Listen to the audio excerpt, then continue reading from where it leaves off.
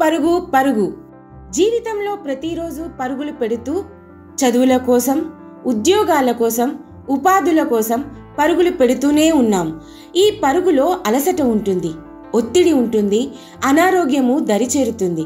కానీ ఆరోగ్యం కోసం పెట్టే పరుగులో ఆరోగ్యం ఉంటుంది, ఆనందం ఉంటుంది, ఉత్సాహం ఉంటుంది, సమిష్టిగా ఉన్నామనే ధైర్యాన్ని కలిగిస్తుంది. ఇలాంటి ఆలోచనలతోనే హైదరాబాద్ మహానగరంలో ఈసీఐఎల్ రన్నర్స్ గ్రూప్ని ఏర్పాటు చేశారు నిర్వాహకులు.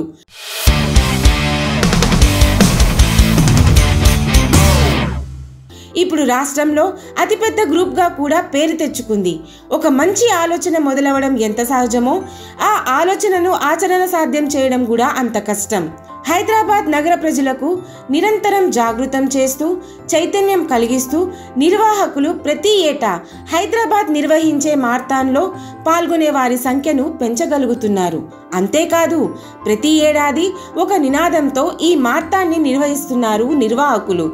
ఈ ఏడాది రన్ జాతర పేరుతో రైతుల కృషిని వేడుక చేసుకుందాం అంటూ నినాదిస్తున్నారు. వారి శ్రమని, స్వేద్ధాన్ని, వారి గొప్పతనాన్ని గుర్తు చేసుకుందామని అంటున్నారు. డిసెంబర్ 14న మరో మారథాన్కి సిద్ధమవుతున్నారు.